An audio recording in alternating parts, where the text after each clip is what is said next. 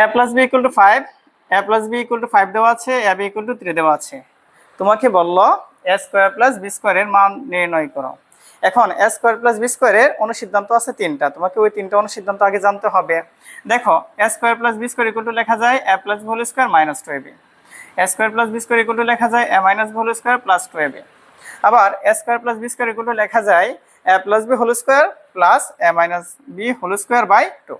এখন আমি কোন অনুসিদ্ধান্ত পারবো, এজন্য তোমাকে দেখতে হবে এখানে কয়টা মান দেওয়া আছে, যে a প্লাস বির মান দেওয়া আছে, a বির মান দেওয়া আছে। তাহলে a প্লাস বি এবং a বির মান যে অনুসিদ্ধান্তের ভিতরে আছে আমাকে ওই অনুসিদ্ধান্তে ফেলতে হবে। দেখো প্রথম অনুসিদ্ধান্তের ভিতরে কিন্তু a প্লাস বি আছে, প্রথম অনুসিদ্ধান্তের ভিতরে কিন্তু a বি আছে, তার মানে কি a স্কোয়ার প্লাস বি স্কোয়ারের প্রথম অনুসিদ্ধান্তটাই তোমাকে ফেলতে হবে। তাহলে আমরা কি লিখবো, a square plus b square equal a plus b whole square minus 2ab।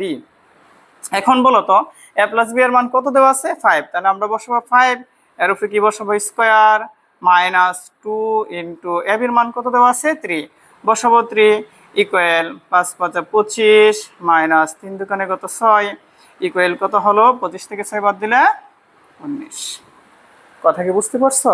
এখন কথা হচ্ছে এখানে যদি a প্লাস বি না দিই, এখানে যদি a minus b equal to 5 দেওয়া থাকতো এবং a বি ইকুয়াল টু 3 দেওয়া থাকতো এবং তোমাকে প্রশ্ন করতো a square plus b square বাহির করো, তাহলে তুমি কি করতা?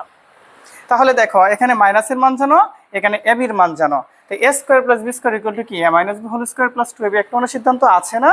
তাহলে তোমাকে a square plus b square equal to কি a minus b whole square plus 2ab, এই অনুসিদ্ধান্তটা ফেলতে হবে।